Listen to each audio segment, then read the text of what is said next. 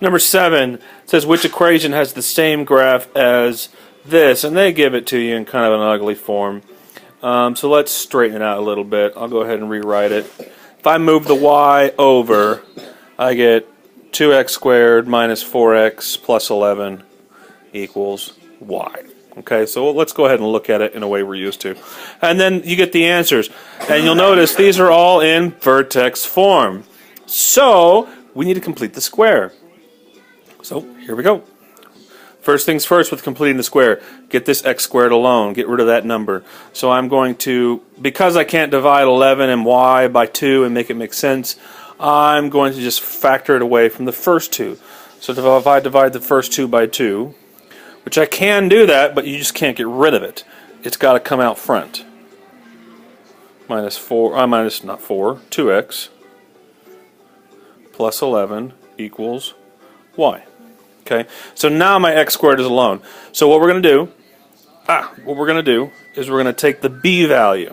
This is the key to completing the square. You take your b value, you divide it by 2, and you square it. You take b, divide it by 2, and square it. In this case, my b value, it's no longer the negative 4. My b value is the negative 2.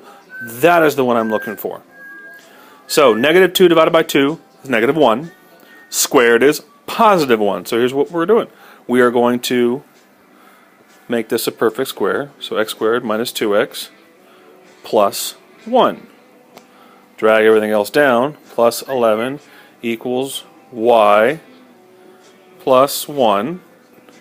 But then I'm going to multiply it by 2. Alright?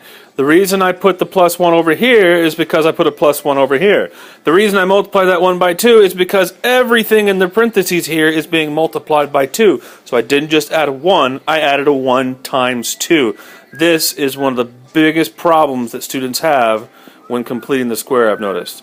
They'll just add the 1, but they'll forget this 1 is multiplied by 2. And from here we just factor and clean it up a little bit.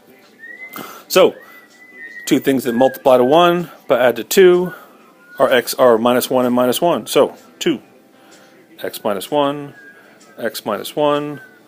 plus 11 equals y plus 2. I'm going to go ahead and move that 2 over and combine these. So I've got 2 x minus 1 squared. If I subtract the 2, I get plus 9 equals y.